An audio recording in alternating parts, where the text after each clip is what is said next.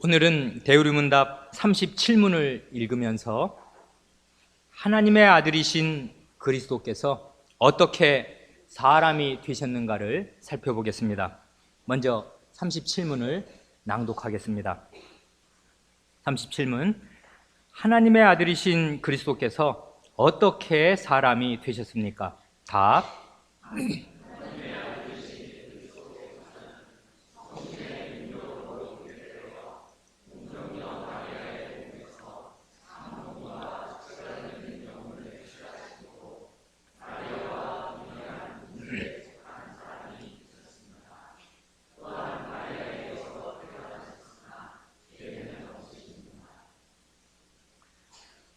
강서를 시작하기 전에 먼저 질문을 드립니다. 이번 질문은 학년별로 난이도에 맞게 세 학년에게 질문하려고 합니다. 가장 어린 우리 유치원생, 초등학교 1, 2학년 학생들에게 먼저 묻습니다. 아주 쉬운 건데요. 동정녀, 이 말 성경에서나 쓰이지 평상시에는 잘 안 쓰이는 말입니다. 동정녀라는 말은 무슨 뜻일까요? 그 다음 두 번째는 학년을 훌쩍 뛰어넘어서 고등학생, 대학생들에게 묻습니다. 하나님의 아드님이 동정녀에게서 태어나지 않으셨다면 무슨 일이 일어날까요? 하는 것입니다. 이렇게 하면은 그 중간에 있는 학생들이 왜 나는 소외되었나 생각하잖아요. 초등학교 3학년부터 우리 중학생들에게 묻습니다. 예수님께서 진짜 사람, 우리와 똑같은 진짜 사람이시라는 증거를 성경에서 찾을 수 있다면 어떠한 것들이 있을까요? 하는 것입니다. 방금 우리가 낭독한 이 대우리문답 37문은 하나님의 아드님께서 어떻게 사람이 되셨는가 하는 중대한 질문을 제기합니다. 하나님의 아드님께서 왜, 무슨 이유로 사람이 되셨는가 하는 또 다른 중대한 질문이 있는데 그 질문은 다음 주 39문에서 다루고요. 여기에서는 어떤 방식으로 하나님의 아드님이 사람이 되셨는가 하는 그 방식을 다룹니다.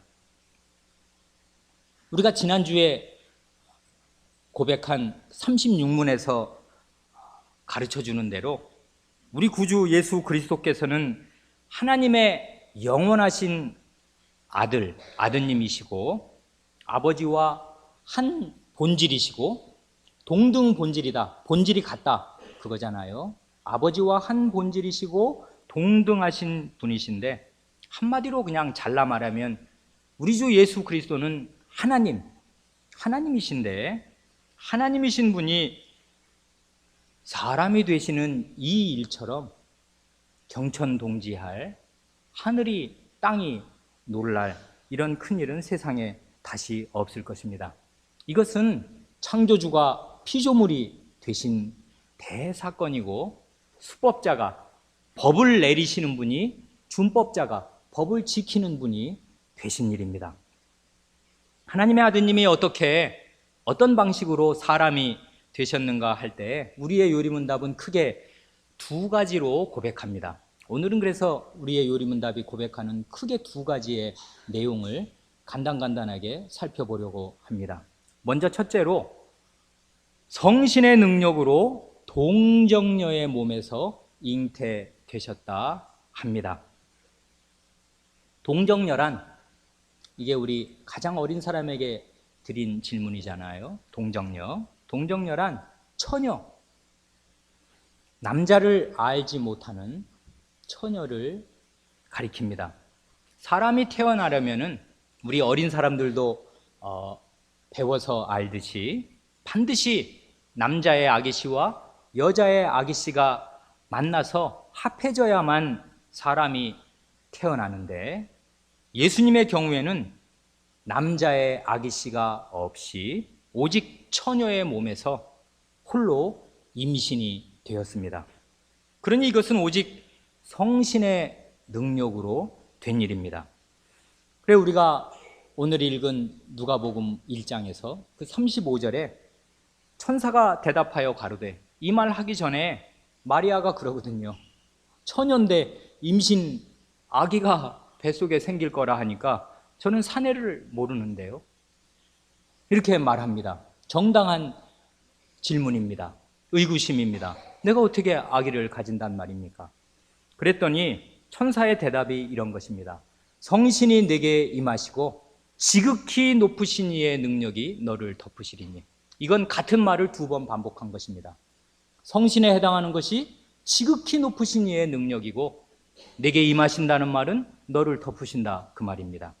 마치 천지를 창조하실 때 창세기 1장 2절처럼 하나님의 신이 수면 위에 운행하시느니라 하는 말씀, 하나님의 신, 성신이 이렇게 거기 무라하펫, 라하프라는 말은 이 새가요 이렇게 날개를 쫙 펴고서 이 수면 위를 이렇게 선회하듯이 성신께서 마치 새가 물 위를 이렇게 날듯이 이렇게 물 위로 가득한 이 세상을 덮으셨습니다. 그렇게 덮으신 결과로 만물이 창조되었습니다. 그래 성신은 창조주이십니다. 그런 거랑 꼭 마찬가지로 이 모든 날 마지막에는 만민을 구원하시는 재창조의 일을 시작하실 때 지극히 높으신 이의 능력이신 성신께서 마리아의 배를 덮으셨습니다.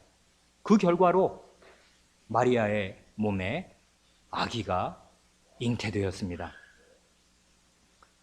그럼 예수님이 이런 처녀, 남자를, 사내를 알지 못하는 처녀의 몸에서 잉태되지 않고 그냥 우리와 똑같이 아버지 요셉, 어머니 마리아의 사이에 아버지의 아기씨와 어머니의 아기씨가 합해져서 태어났다면은 그러면 어떻게 될까요?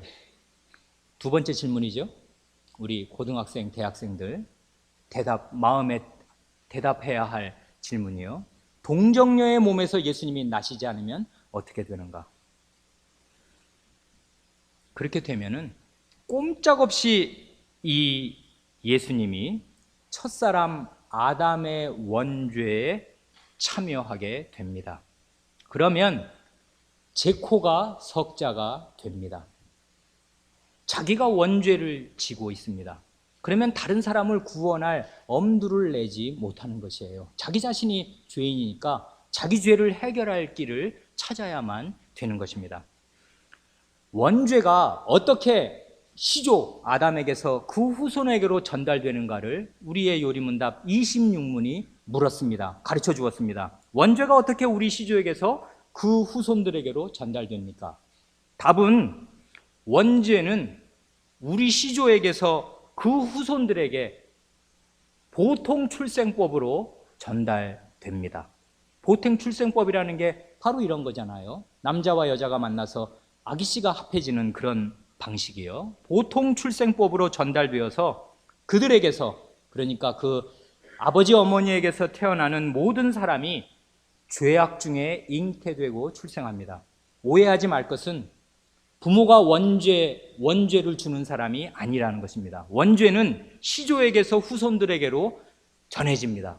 원죄를 전해주는 사람은 아담이라고요. 그런데 전해주는 그 방식이 보통 출생법입니다. 부모에게서 태어나는 그런 방식을 통해서 바톤을 이어주듯이, 바통이 계속 이어가듯이 원죄가 부모에게서 자식으로, 자식에게서 손자녀에게로 계속 전달되는 것입니다. 그 원죄가 무엇인가 할 때 우리의 요리문답 25문은 원죄를 3가지로 정리해서 가르쳐 아담의 첫 범죄에 죄책이 있는 것. 아담이 처음 그 금하신 열매를 따서 먹었을 때 그 죄의 책임을 연대 책임으로 함께 진다는 것입니다. 그게 억울한 일이 아닙니다. 그게 대표자이기 때문에 그렇습니다. 우리 모든 운명을 걸머진 우리의 대표자이기 때문에 그렇습니다. 그게 첫 번째고요. 원죄. 2번째는 원시의, 아담이 타락하기 전에 창조 때 받았던 원시의 맨 처음에 받았던 그 참 좋은 그 의의를 잃어버린 것입니다. 여기까지는 우리가 몸으로 경험할 수 있는 것이 아니지요.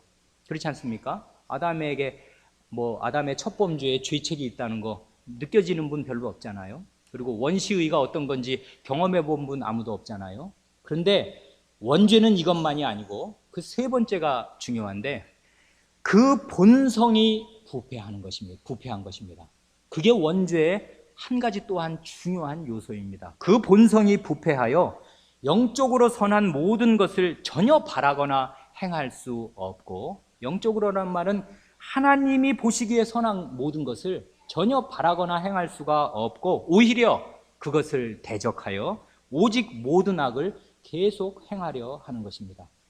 이런 악한 본성이 우리 마음 안에 들끓고 우리의 어린 자녀들, 되게 순진무구하다고 하는데, 어린아이가 어른보다 죄를 지었으면 덜 지었을 것이니까 그런 면에서는 순진무구할지 모르지만 어린아이 가만히 살펴보십시오.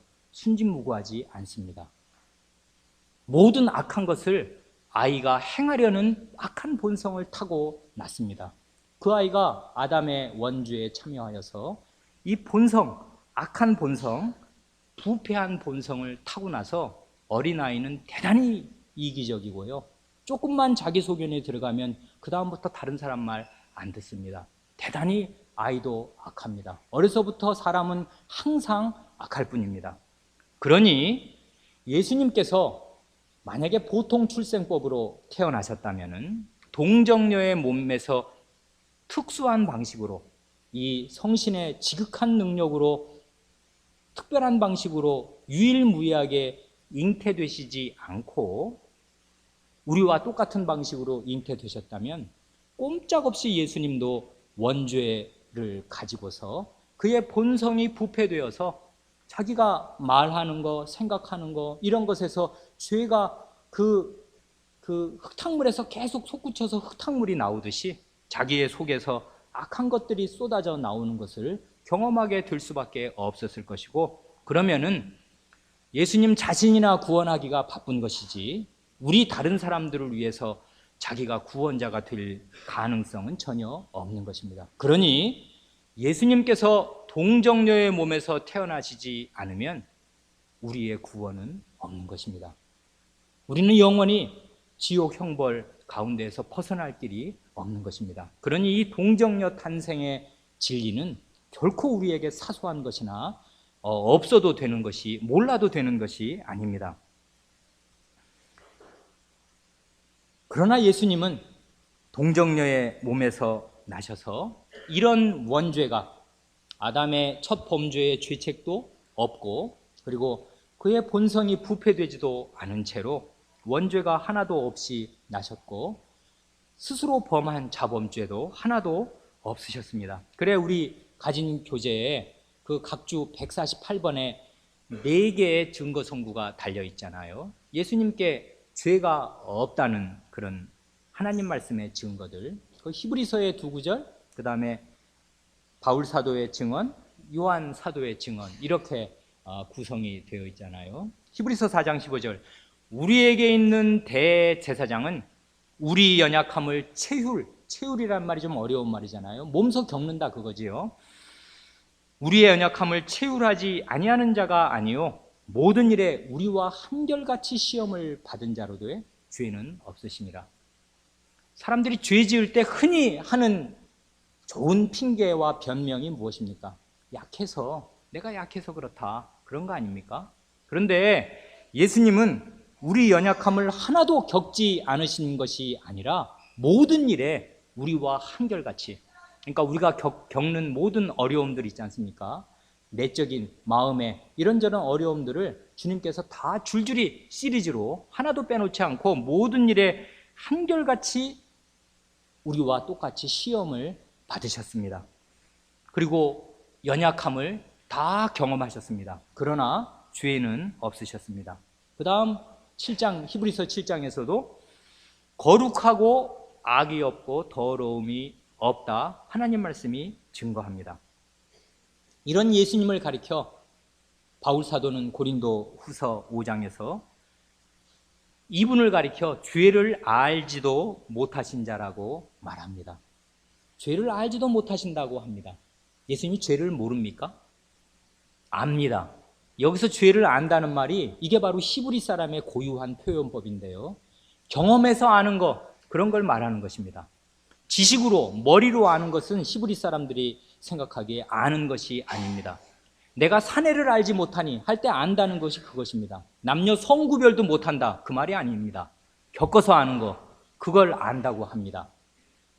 그것처럼 우리가 하나님, 영생이신 하나님과 그 보내신 자 예수 그리스도를 아는 것, 겪어서 아는 게 영생이듯이 죄는 우리는 지어봐서 알고 겪어서 압니다마는 예수님은 그런 의미에서는 죄를 알지도 못하시는 분입니다.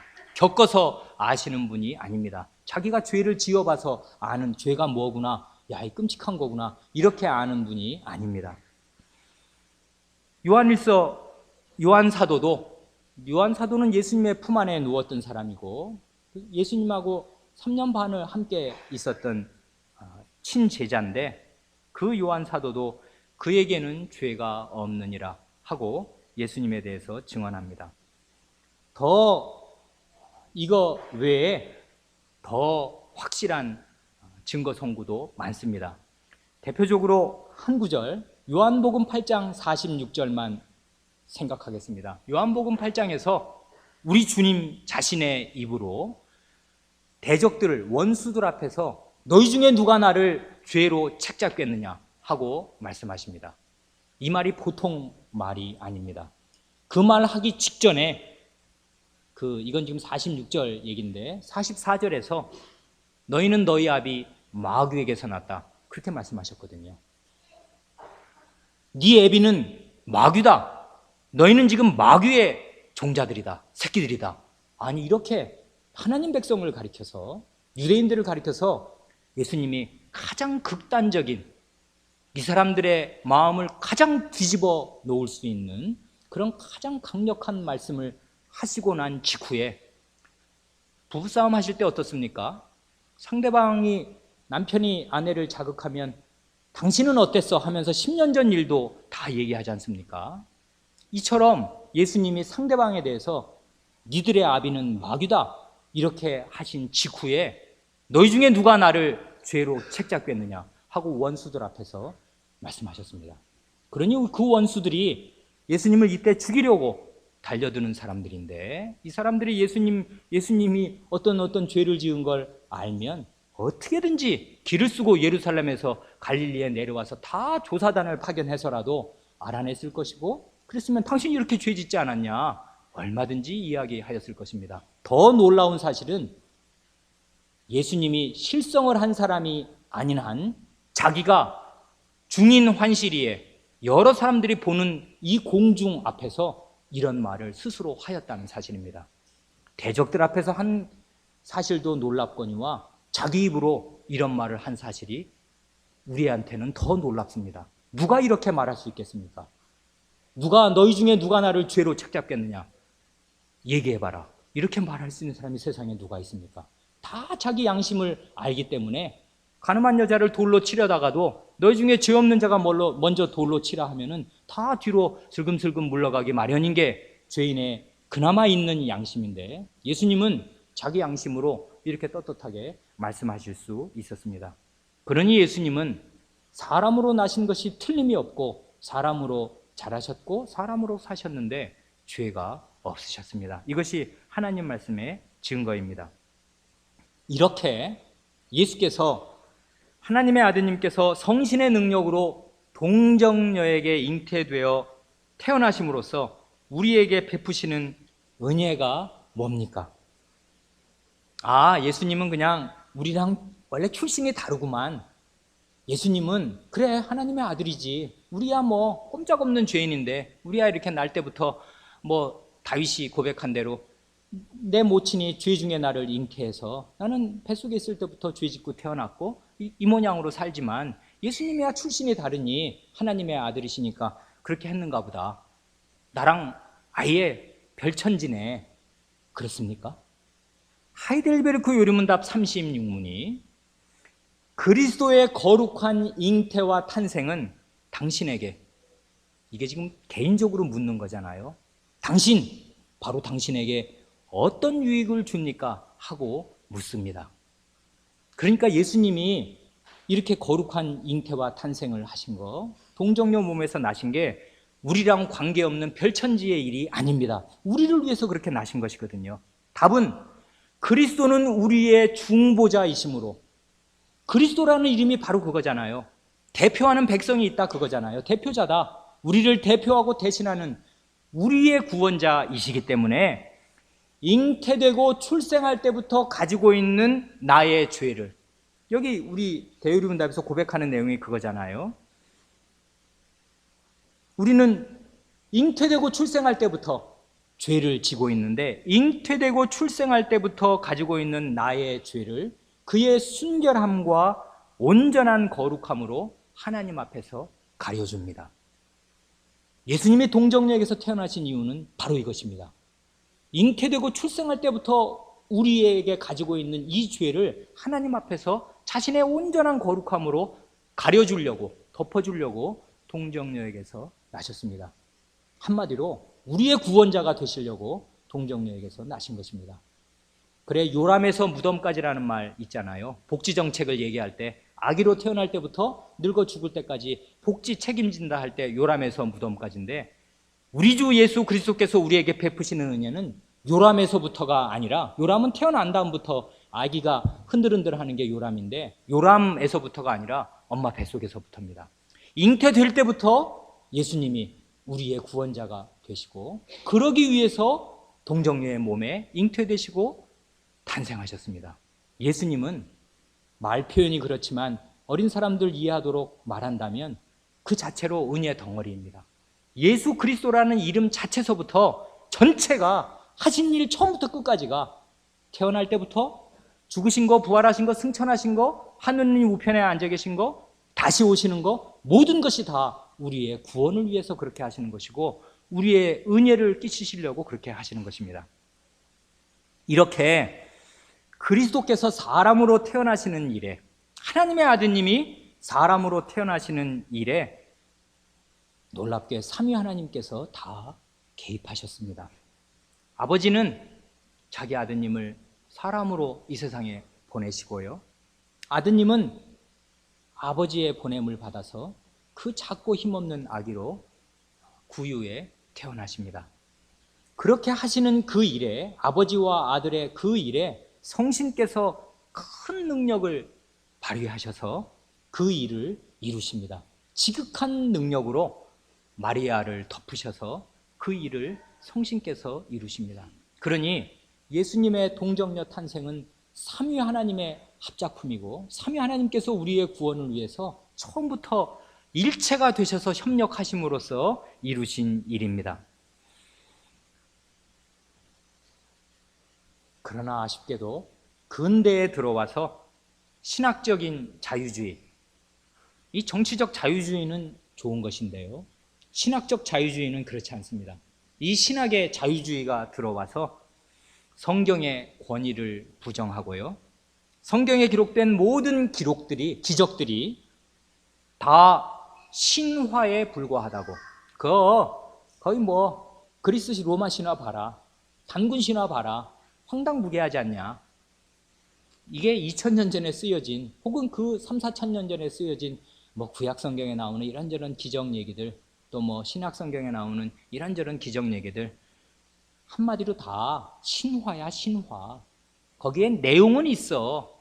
전달하려는 메시지는 있는데 그 메시지를 이런 신화적인 방식으로 전달하느라고 그랬단 얘기지, 그게 그 문자 그대로 사실은 아니야. 바보냐? 지금 같은 이 과학이 발달한 시대에 그런 동정녀 탄생, 그리고 문득병자가 일어나고 죽은 사람 살아나고, 그런 거는 바보 같은 고대인들이나 그 말 그대로 믿는 것이지, 이렇게 개명한 현대인들은 그런 거 믿는 거 아니야. 이런 신학적인 자유주의가 신학교와 교회를 뒤덮었습니다.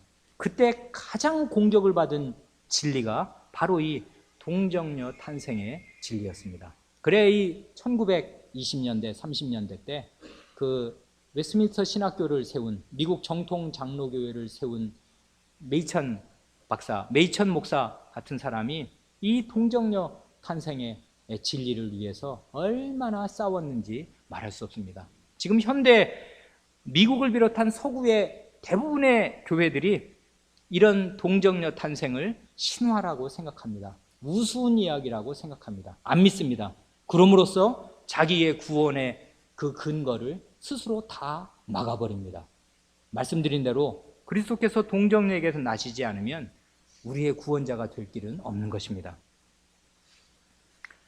참고로 그리스도께서 하나님의 아드님이 동정녀 몸에서 나셔서 무사히 자랄 수 있도록 하나님께서 아주 지혜로운 방법을 쓰셨는데, 그것은 요셉과 정혼하고 아직 동거하기 전에 마리아를 쓰신 사실입니다. 이 정혼한 처녀를 쓰셨잖아요. 처녀는 처녀입니다. 아직 남자를 가까이 아니한 처녀입니다. 그런데 정혼한 여자입니다. 정혼이라는 게 우리나라 약혼과 좀 다릅니다. 약혼은 그냥 혼인 약속만 하는 거잖아요. 그러니까 약혼한 여자는 아직 그 남자의 아내는 아직 아니지 않습니까? 예약을 한 정도지요. 약혼했다가 말로 그냥 파혼하면 되는 거 아닙니까? 그러면 아직 말하자면 혼인신고 안 되었고 정식 부부 아닙니다. 약혼은 그런 거 아닙니까? 정혼, 이 히브리 사회의 정혼은 그와 다릅니다. 정혼은 우리나라식으로 굳이 표현하자면 혼인신고 한 겁니다. 혼인신고부터 하는 겁니다. 그러면 법적으로 부부입니다. 꼼짝없이 이 사람은 말하자면 이미 정혼한 순간에 마리아는 요셉의 아내이고 요셉은 마리아의 남편입니다. 그런데 희한하게 그 사이가 있습니다. 두 부부로 합방하는 그 시차가 있다고요. 정혼한 뒤에 그날 바로 정혼하는 날 혼인식을 해서 그 합방을 하는 것이 아니고요. 정혼해놓고 그 남자의 아내, 그 여자의 남편 이렇게 정해놓고 나서 법적으로 부부가 된 후에 어느 시기가 지나고 나서 신랑 집으로 가서 합방을 해서 과연 명실상부한 부부로 살아갑니다. 딱 그 중간 시점에 정혼한 상태에서 법적으로는 그 남자의 아내이면서도 남자를 실제로는 알지 못하는 처녀의 몸을 유지하는 딱 그 상태에 잉태되신 것입니다. 그러니까 이게 왜 중요하냐면 이래야 사생아가 안 되거든요. 예수님이. 이러면 예수님이 다른 이 나사렛 사람들이든지 동네, 옛날에는 다 한 동네 사람들은 숟가락 숫자까지 다 안다는 거 아닙니까? 다 알아요. 그러니까 처녀가 아기를 뱄다 이러면 그 동네에서 못 삽니다. 이게 이스라엘 나라 아닙니까? 돌에 맞을 일이고요. 아무리 사회가 부패해도 그렇지 우리나라 조선시대에도 못 살을 일을 이게 2000년 전에 그 조그만 나사렛 굉장히 작은 동네입니다. 산 위에 있는 몇 가구 안 됩니다. 그런 동네에서 어떻게 산단 말입니까? 처녀가 임신을 하고서. 그런데 이게 정혼한 상태니까 아기 가졌어? 그렇게 됐어. 그럼 요셉 아기 가졌네. 다 이렇게 동네 사람들이 알도록. 사실이 아니지만 그렇게 알도록. 그래서 법적인 아버지로 요셉을 알도록 그런 방식으로 이 아드님, 이 하나님의 아드님이 어려서부터 보호받고 무슨 사생아로 이상한 어머니에게서 태어난 사람이 아니라 정상적인 가정에서 태어난 사람인 것처럼 그 집안에 맏아들인 것처럼 이렇게 태어나셨고 보호를 받고 자라셨습니다. 참고로 그것은 말씀드리고요. 크게 두 번째로, 첫 번째로는 이 요리문답이 하나님의 아드님이 어떤 방식으로 사람이 되셨는가 할 때 첫째로 성신의 능력으로 동정녀의 몸에서 잉태되었다 하시잖아요. 두 번째로는 마리아의 몸에서 참 몸과 지각 있는 영혼을 취하심으로써 사람이 되셨다 합니다. 그래 그런 말을 조금 어려운 한자말을 써서 마리아와 동일한 본질에 속한 사람이 되셨다 합니다. 거기 보면 마리아의 몸에서 했는데 이 몸에서라는 말이 그 영어 원문으로 읽으면 자궁에서 그런 것입니다. 자궁도 몸이니까요. 몸에서라고 번역하는 것이 뭐 틀린 말이 아니고 좋습니다. 마리아의 자궁에서, 마리아의 몸에서 두 가지를 취하셨습니다. 예수님이 몸과 영혼, 참 몸과 지각 있는 영혼. 그냥 몸과 영혼이죠. 몸과 영혼을 취하심으로써 사람이 되셨습니다. 그래, 사람이란 무엇인가? 사람의 본질이 뭐냐 하면은 사람은 이렇게 말할 수 있습니다. 몸과 영혼을 가진 존재가 사람 아닙니까? 둘 중에 하나가 없으면 어떻게 됩니까? 몸은 있는데 영혼이 없어요. 그럼 그런 걸 뭐라 그럽니까? 시체라 그러지요. 몸은 있는데 영혼이 떠났으면 죽은 사람 아닙니까? 시체예요.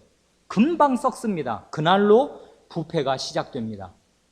그러니 그건 사람이 아니라 시체입니다. 사람은 사람이지만 산 사람 아니고 죽은 시체입니다. 반대로 몸이 없어요. 영혼만 있어요. 그런 걸 뭐라 그럽니까? 유령이라 그러잖아요. 영혼만 그냥 꼬르륵 하면서 떠다닌다는 그런 건 유령이라 그러지. 그거 사람이라고, 온전한 사람이라고 그러지 않습니다. 그러니 사람 그러면 몸 안에 영혼이 들어 있어야 합니다. 그게 사람입니다. 그런데 우리 주님께서 마리아의 몸에서 몸과 영혼을 취하셨다 하는 것입니다. 그래, 몸과 영혼을 가진 사람이 참 사람이고 꼼짝없는, 부인할 수 없는 사람인데 우리 예수님께 몸과 영혼이 다 있어서 예수님이 사람이 되셨습니다.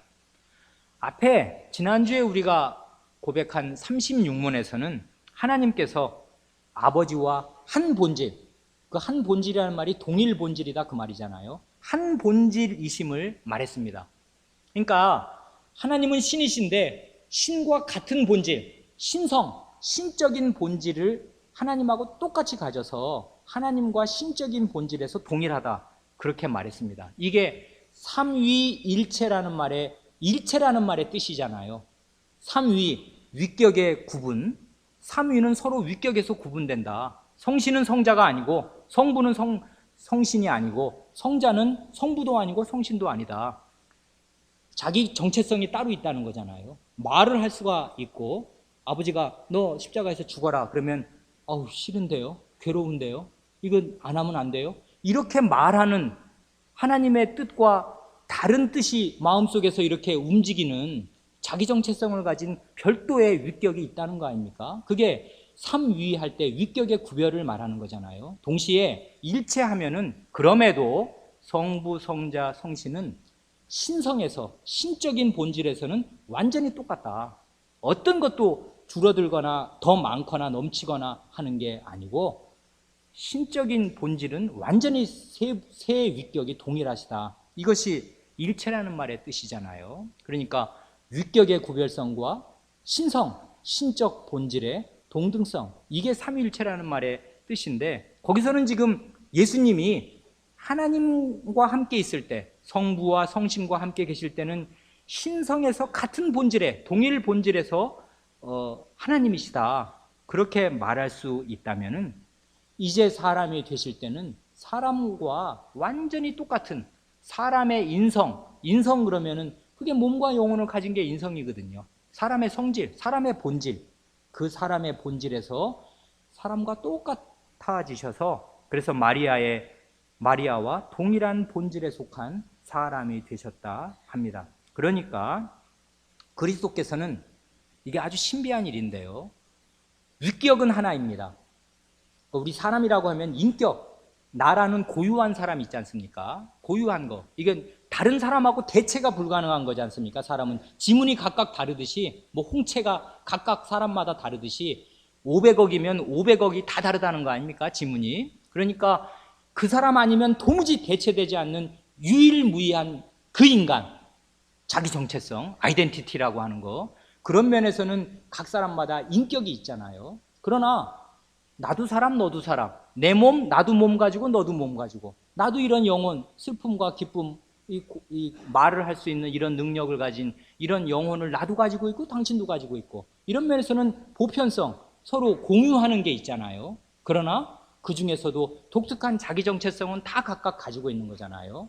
예수님이라는 분은, 하나님의 아들 그리스도는 자기의 고유한 격이 있는데 그 고유한 격은 제2위 하나님, 로고스의 위격입니다. 아드님의 위격, 이것은 하나님에 대해서도 고유하고 모든 만인에 대해서도 고유합니다. 이건 어떤 존재와도 섞이지 않고 아버지 하나님을 만날 때도 아드님으로 만나시고 성신님을 대할 때도 아드님의 위격을 가지고 대하시는 겁니다.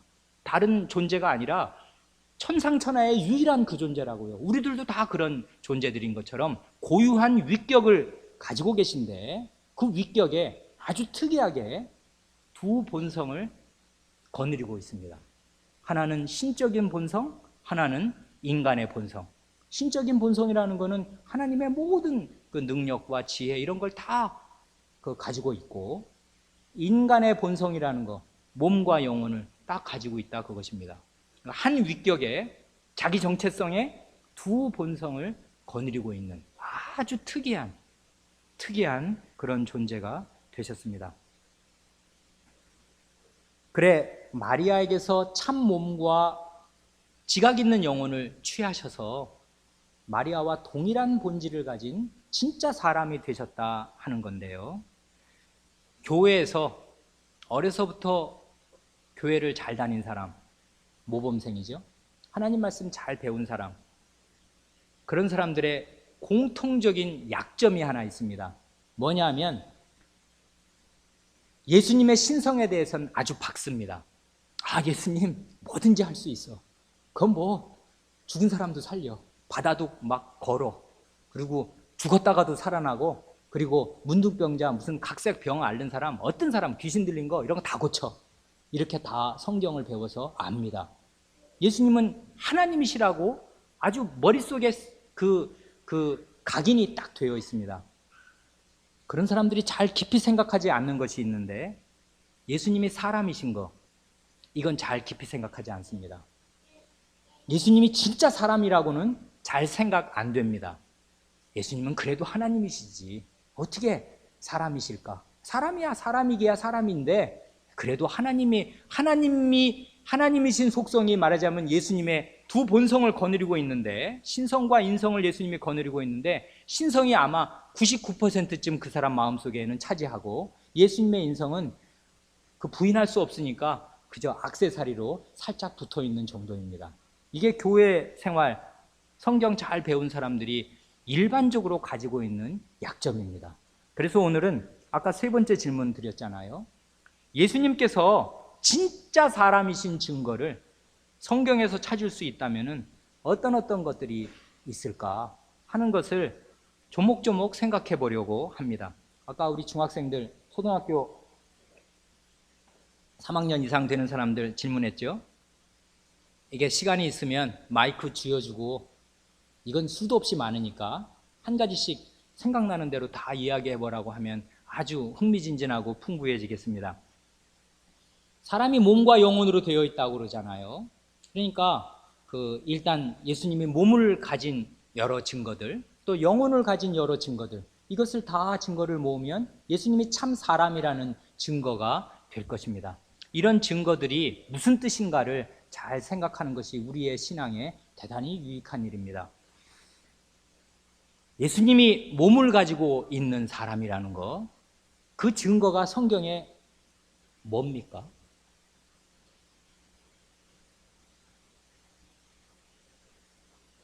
용기 있게 대답할 수 있는 우리 이 학년들이 있습니까? 중학생? 초등학생? 예수님이 사람의 몸을 가진 증거가 어디 있습니까? 일단 사람은 시작을 어떻게 합니까? 엄마 뱃속에서 태어나잖아요. 그게 사람의 시작이잖아요. 사람은 태어나는데 예수님도 우리 엄마 뱃속에, 자기 엄마 뱃속에 있다가 태어났습니다. 출산 과정을 겪으셨다고요. 사람은 그래서 누구든지 그 다음에 태어나면은 본 적이 있습니다. 그렇잖아요. 어디? 요즘에는 우리나라에 그 망국적인 지역 감정을 없앤다 그래서 본적지를 적지 않기로, 그거는 우리나라 지역 감정이 워낙 나쁘니까, 폐해를 많이 끼치니까 잘한 일인지도 모르겠습니다만은 본적이 부끄러운 건 아니지 않습니까? 내가 어디서 태어났다는 것, 어느 곳에서 태어났다는 것. 예수님의 본적은 어디입니까? 유대 베들레헴입니다.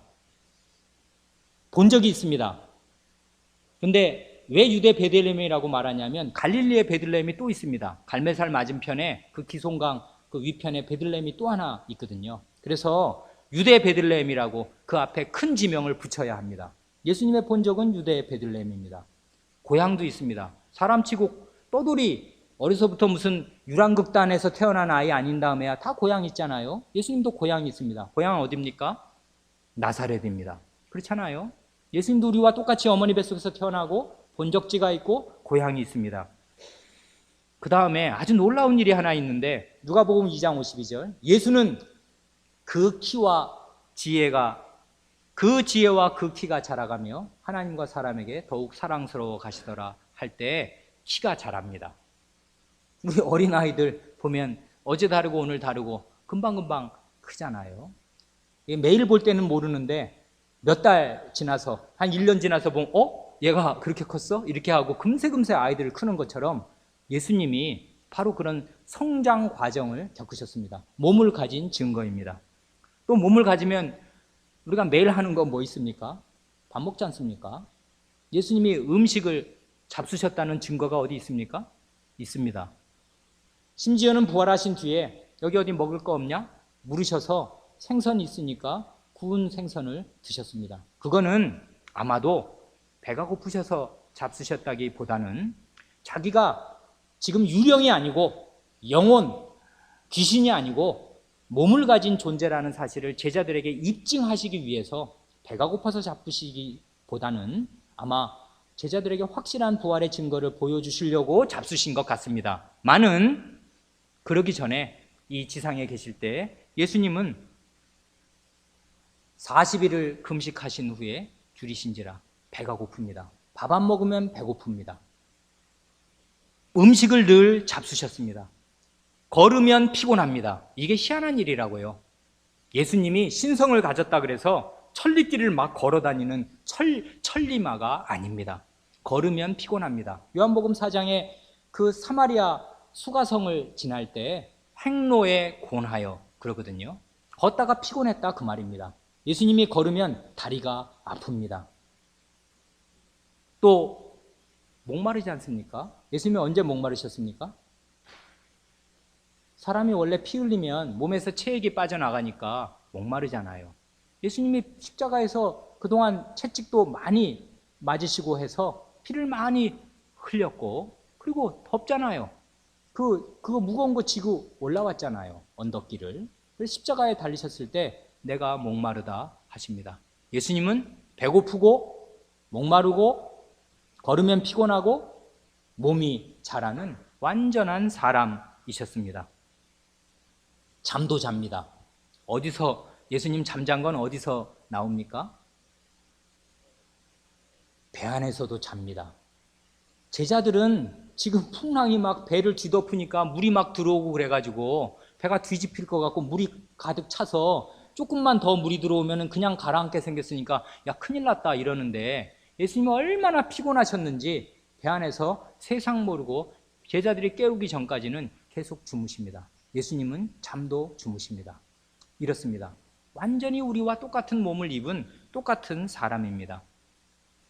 그러니까 예수님의 그 몸이 사람의 몸이라는 거 이걸 부인할 수 없는 게 십자가에 못 박혀 죽으시고 원수들에게 잡혀서 뺨도 맞고 채찍질도 당하고 못질도 당하고 창으로 찔림도 당하고 이런 것이 다 예수님이 사람인 증거가 아니고 무엇입니까? 예수님은 틀림없는 사람이셨습니다. 몸만 가진 것이 아니라요. 영혼과 관련된 증거도 많습니다. 예수님이 사람의 영혼이라는 게 뭘 말하는 겁니까? 말하고 감정을 느끼고 분노를 하고 슬퍼하고 불쌍한 사람 보면 불쌍히 여기고 이런 영혼의 움직임, 떨림, 움직임 이런 거 있잖아요. 감정 이런 거를 고민하고 괴로워하고 이러는 것들을 예수님이 다 사람으로서 겪으신 것입니다. 이 점이 아주 또 놀랍습니다. 예수님에게 사람의 영혼이 있었다는 거 그런 증거가 성경에 어디 있습니까? 아까 우리 누가복음 2장 52절 예수는 그 지혜와 그 키가 자라가며 할 때 지혜가 자라갔다는 말, 이 말이 대단히 놀라운 말입니다. 이게 대단히 신비하다고요. 예수님이 지혜가 자랍니다. 5살 때 아이하고 7살 때 아이하고 다르지 않습니까? 군대는 짬밥이라는데 그래도 먹은 밥이 2년 먹은 밥이 있어서 5살짜리가 생각하는 거하고 7살짜리하고는 달라요. 지혜가 자란다고요. 겪어서 아는 게 있잖아요. 그러니까 겪으면 나이를 먹을수록 점점 사람이 이 세상 일을 겪어서 지혜로워지는 게 있는데, 희한하게 말이죠. 예수님이 하나님 말씀의 증거는 예수님이 신성을 가졌으니까 언제나 무불통지인 것 같습니까? 맞습니다. 신성을 가진 예수님으로서는 무불통지입니다. 모르는 것이 없습니다. 많은 예수님은 신성과 함께 인성을 함께 아울러 가지고 계신 관계로 예수님이 가진 사람의 영혼은 처음부터 모든 것을 다 아는 것이 아닙니다. 그러니까 지혜가 자라갑니다. 이게 대단히 신비한 일이라고요. 그러니까 예수님이 5살 때 모든 걸 다 아는 게 아니라고요. 사람으로서는, 사람의 영혼으로서 5살 때 5살짜리가 무슨 70살 할아버지 같이 세상 일에 다 통달한 게 아니라고요. 그러니까 12살 때 성전에 가셔서는 묻기도 하시고 듣기도 하시고 모르는 건 물어보는 것입니다. 엄마, 이건 뭐예요? 아빠, 이건 뭐예요? 물어보는 것입니다. 그래서 지혜가 자라는 것입니다. 지혜가 처음부터 완벽하게 있으면 뭘 잘합니까? 더 이상 채워질 게 없잖아요. 그런데 사람의 영혼은 그런 거 아니거든요. 영혼이 지혜가 자란다고요. 생각하는 게 자란다고요. 이게 사람의 영혼을 가지고 계신 아주 현저한 증거입니다. 예수님은 사람입니다. 하나님이시면서 동시에 참 사람입니다. 예수님이 슬픔을 느끼십니다. 이게 중세 사람들은 이해하기 어려운 일이었습니다. 그 사람들은 신은요, 이 잔잔한 물처럼 완전한 것은 움직이지 않아야 완전하다고 생각했습니다. 움직이는 것은 떨림이잖아요. 물이 이렇게 무슨 돌을 던지면 튀고 출렁출렁 하면은 이게 완전하지 않다고 생각했어요. 그러니까 완전한 고요, 이거를 완전이라고 이 사람들은 생각했거든요. 그런데 슬픈 건 뭡니까? 감정이 지금 대단히 울린 거거든요. 이게 파동을 치는 거라고요. 그래야 눈물이 나오지 괜히 눈물이 나오겠습니까? 그러니까 이건 완전의 표시가 아니라고 생각을 하는데, 아니, 예수님이 웁니다. 예수님이 언제 울었습니까? 눈물을 흘렸습니까? 예수님이? 흘렸습니다. 성경에 최소한 2번이 나옵니다. 요한복음 11장에 나사로의 무덤 앞에서 나사로가 죽어서 슬펐다기보다는 거기에 나사로의 누이 마르다나 마리아, 그리고 거기 위로하러 조문하러 온 많은 하나님의 백성이라는 사람들이 이 죽음 앞에 아무 속수무책인 이 사실을 보셨을 때 마음이 미어지는 듯해서 예수님께서 눈물을 흘리셨습니다. 그것을 오해해서 사람들은 아이고, 저렇게 나사로를 사랑했구만. 그럼 좀 진작 일찍 오지 그랬어. 좀 일찍 왔으면 살려줬을 걸. 이렇게 늦게 와갖고서 지금 와서 어떻게 해? 울으니 무슨 소용이야. 아마 그 사람들은 그렇게 생각했겠는데, 그럴 때 하여간 예수님이 눈물을 흘리셨습니다. 또한 예루살렘 성을 보시고 마지막 돌아가시기 전에 예루살렘 성을 보시면서 우셨습니다. 예루살렘아, 예루살렘아, 선지자들을 돌로 치는 자요 하면서 예루살렘이 앞으로 예수님이 주후 한 30몇 년에 돌아가셨다면 이제 한 3, 40년 지나서 주후 70년이 될 때 예루살렘은 차마 입에 담을 수 없는 인류 역사에서 가장 끔찍한 일을 이 성이 겪게 될 것입니다. 그 사실을 예수님이 내다보시고서 하나님의 아들을 십자가에 못 박아 죽이는 그 성이 어떤 참담한 재앙을 당할 것인지를 내다보시면서 예수님이 그런 생각을 하시고 아시니까 마음에 격동이 일어나서 눈물을 흘리셨습니다. 그리고 아까 예수님이 우니까, 이 나사로의 무덤 앞에서 우니까 사람들이 오해해서 저 사람 좀 일찍 오지, 이런 얘기를 하고 엉뚱한 반응을 보이니까 예수님께서 통분히 여기시고 민망히 여기셨습니다.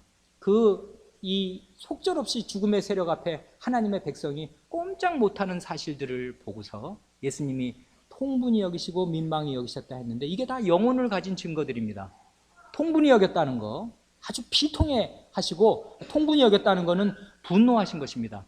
굉장한 분노, 치밀어 오르는 이 참을 수 없는 분노를 예수님께서 아주 그 제자들이 얼굴을 보면 저분 지금 대단히 이제까지 볼 수 없던 화를 내시는구나 하고 느낄 만큼 예수님이 분노하셨고, 그리고 아주 비통해 하셨습니다. 이게 영혼을 가진 증거입니다. 예수님이 우리처럼 고민하신 일이 있습니까? 예수님이 고민하셨습니까? 괴로워서 어찌할 줄을 모르신 일이 있습니까? 있습니다. 언제 그러셨습니까?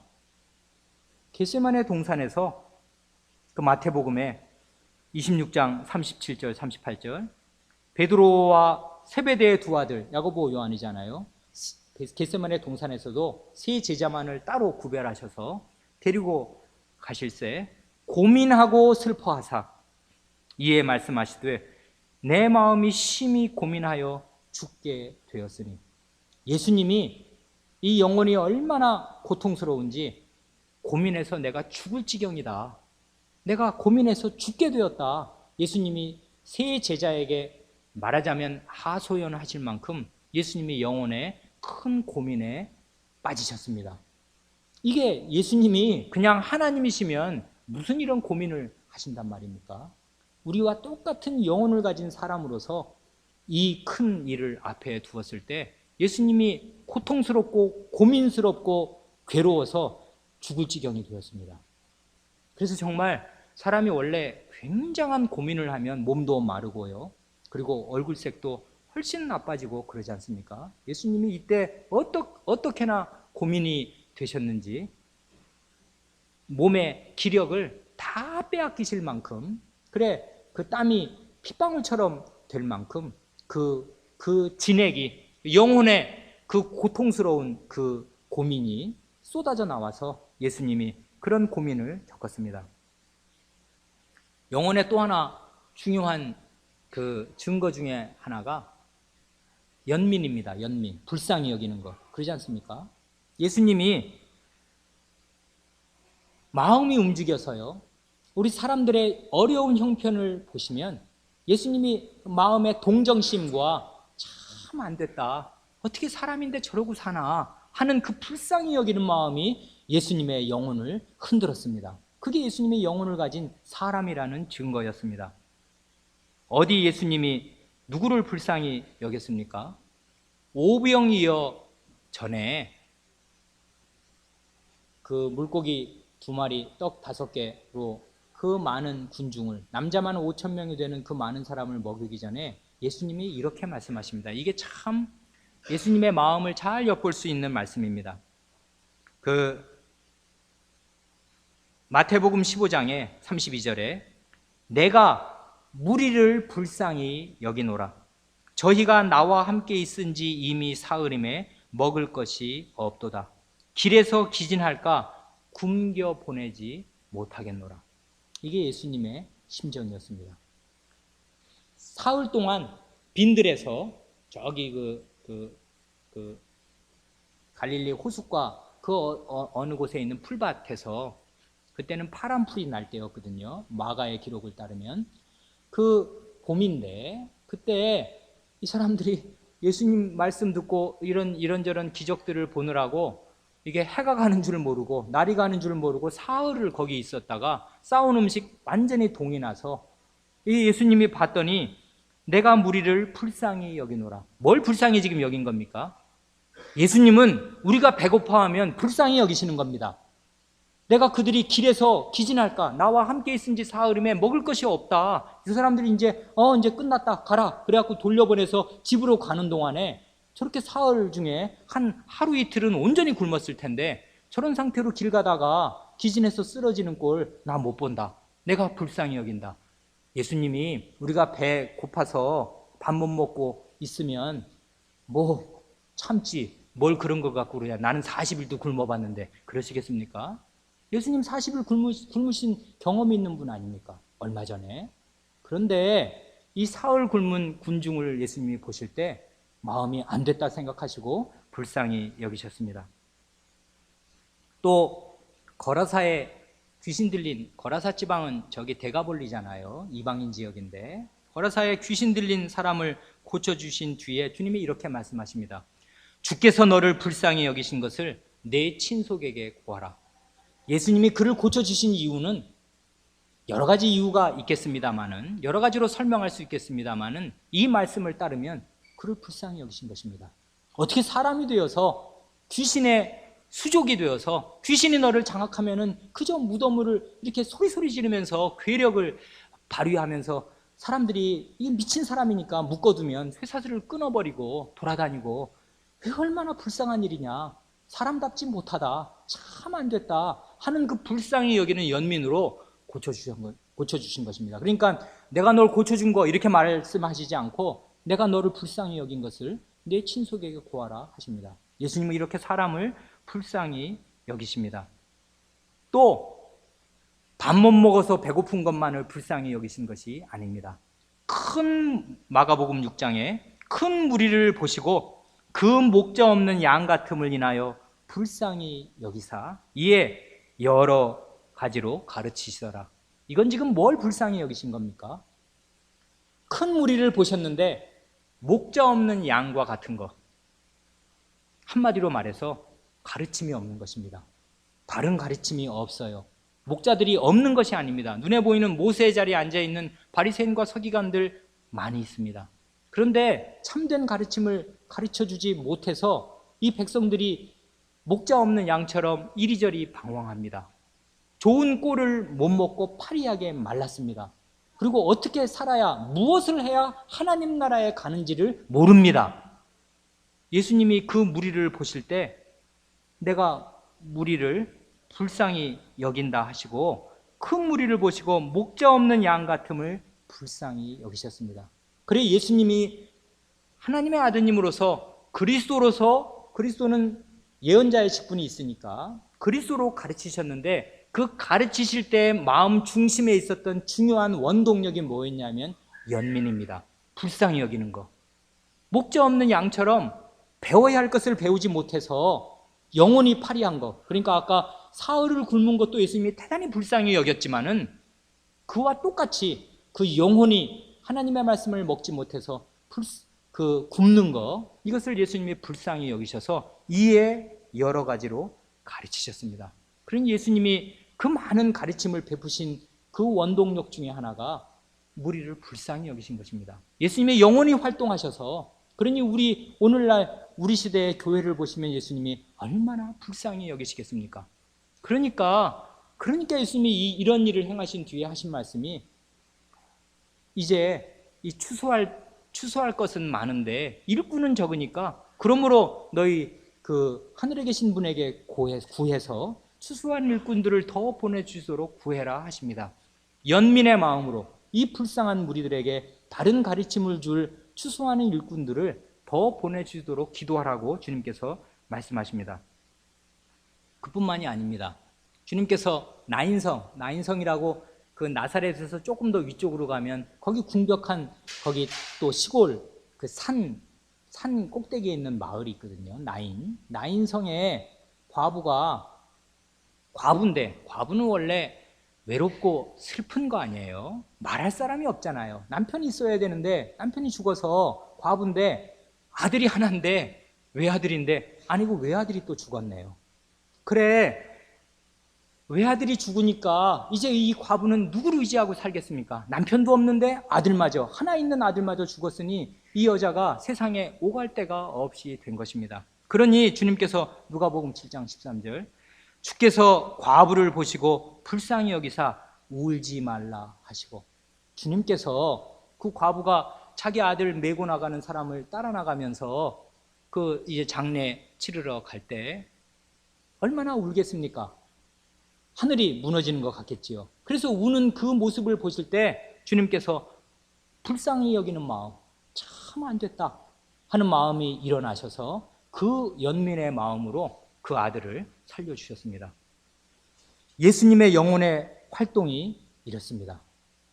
예수님은 불쌍히 여기시고 슬퍼하시고 고민하시고 지혜가 자라시고 슬픔을 느끼시고 분노하시고 비통히 여기십니다. 대개 보면 여기는 안 좋은 게 많네요. 지혜가 잘하는 거 빼놓고는 예수님은 기뻐하신 적이 있습니까? 성경에 기뻐하신 일이 있습니까? 예수님은 기뻐하실 줄도 아시는 사람이십니까? 기뻐하십니다. 언제 기뻐하십니까? 누가복음 10장 21절에 보면 이때에 예수께서 성신으로 기뻐하사 하시는데, 이때가 어느 때냐면 예수님이 70사람을 둘씩 짝지어서 전도하라고 보내십니다. 그래, 이 사람들이 전국 방방곡곡으로 나가서 하나님의 말씀을 전하고 나서 굉장히 효과가 좋았던 모양입니다. 그래서 이 사람들이 기뻐가지고 돌아와서 신이 나서, 아니 이렇게 주님의 말씀을 전했더니 이러이러한 결과들이 나타났습니다. 주님의 하라 하시는 대로 보내심을 받아서 주님의 말씀을 전했더니 이런 일들이 있었습니다 하고 자기들이 기뻐서 예수님께 전도 보고를 한 직후에 이때에 예수께서 성신으로 기뻐하셨습니다. 예수님이 이때 참 기뻐하셨습니다. 뿐만이 아닙니다. 요한복음 15장은 이제 마지막 밤에 하신 말씀이거든요. 15장 11절, 내가 이것을 너에게 이름은, 이게 13, 14, 15장, 16장, 17장 기도까지가 그 마지막 밤에 내일 죽으실 텐데 그날 밤에 하신 말씀인데, 내가 이것을 너에게 이름은, 이 말 너희한테 하는 이유는 내 기쁨이 너희 안에 있어 너희 기쁨을 충만케 하려 함이니라. 예수님은 물론 겟세마네 동산에서 말할 수 없는 고민 가운데 기도하셨지만은, 그러나 그 마음 안에 근원적인 기쁨을 늘 가지고 계셨습니다. 그래서 예수님이 떠난다고 하니까 근심 가득한 이 제자들에게 내가 이렇게 말 많이 이 저녁에 하는 거, 이것은 내 기쁨이 너희 안에 있어 너희 기쁨을 충만케 하려 함이니라 하시고, 이어서 17장 13절에서도 지금 내가 아버지께 기도할 때, 지금 내가 아버지께로 가오니 내가 세상에서 이 말을 하옵는 것은 저희로 내 기쁨을 저희 안에 충만히 가지게 하려 함이니이다. 예수님 안에 기쁨이 있습니다. 이게 예수님의 영혼의 활동입니다. 그래, 우리는 때때로 예수님이 신이시고, 말하자면 하나님의 아드님으로서 신성을 가지신 분이심을 우리가 굳게 믿고 마음에 그 진리로 간직해야 하지만, 그와 동시에 예수님은 아드님의 이 자기 정체성 안에 신성과 인성이라고 할 때는 몸뿐 아니라 영혼의 움직임, 이것을 온전히 가지신 이 신성과 인성을 겸비한 우리의 그리스도였다는 거.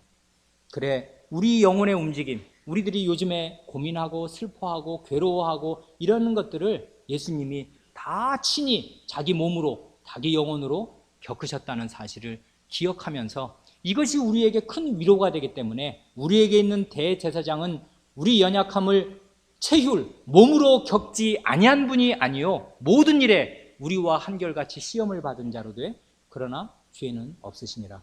그리스도께서 우리와 한결같이 시험을 받으시고 우리의 모든 연약함을 다 자기 몸으로 겪으셨다는 사실, 이 사실이 그게 왜 그렇습니까? 우리를 구원할 이유가 아니라면, 우리의 그리스도가 되시려 하심이 아니라면은 뭐 때문에 하나님의 아들이 사람이 되신 것이며 뭐 때문에 그 많은 고민과 괴로움을 당하신단 말입니까? 다 우리를 위해서, 우리와 한 몸으로 이 길을 가시기 위해서 이렇게 겪으신 사실을 묵상할 때 우리에게 이분이 우리의 그리스도다, 우리의 모든 것을 맡길 수 있고 이미 아시는 그런 그리스도이신 사실이 우리에게 과연 구원이 됩니다. 그러니까 우리는 구원자를 잘 알아야 하는데, 구원자에게 두 가지 본성이 있었다는 것, 신성뿐 아니라 인성이 있었다는 것, 몸뿐 아니라 영혼이 있었다는 것, 사람의 영혼, 그 영혼이 예수님에게 있었다는 사실을 잘 기억할 필요가 있습니다. 하나님은 이런 완벽한 구원자를 우리에게 주셨습니다. 기도하겠습니다.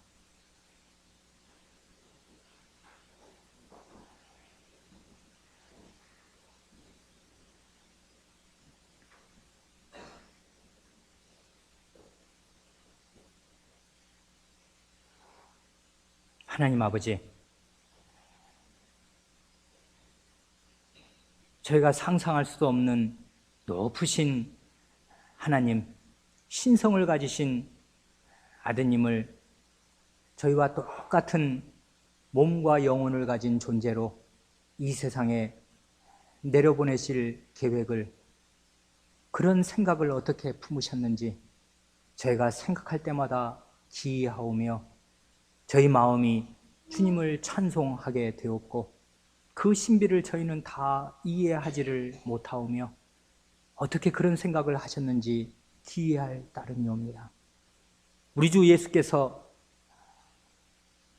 마리아의 몸에서 참 몸과 지각 있는 영혼을 취하시되 성신의 능력으로 동정녀의 몸에서 잉태되셔서 저희가 어머니의 뱃속에서 잉태되고 탄생할 때부터, 출생할 때부터 가지고 있는 저희의 그 씻을 수 없는 죄를 하나님 앞에서 어머니 뱃속에 있을 때부터 다 덮어주시고자 동정녀에게서 나시고, 저희와 똑같은 사람으로서 모든 고난과 어려움을 겪으시되 저희를 위하여 죄를 짓지 아니하시고 온전한 상태로 그 모든 의의를 저희에게 전가시켜 주셨사오니, 이 그리스도를 저희가 사랑하오며 저희의 그리스도로 인정하고 구주로 모시오며 이 그리스도께 충성을 다할 것을 오늘도 다시금 결심하옵니다.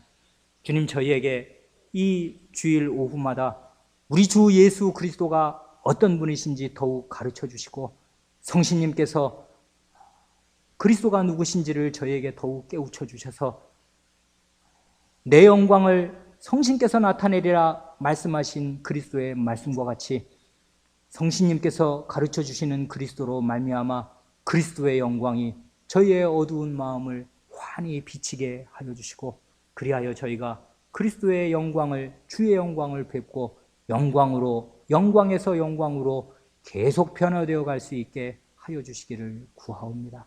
우리 구주 예수님의 이름으로 기도하옵니다. 아멘.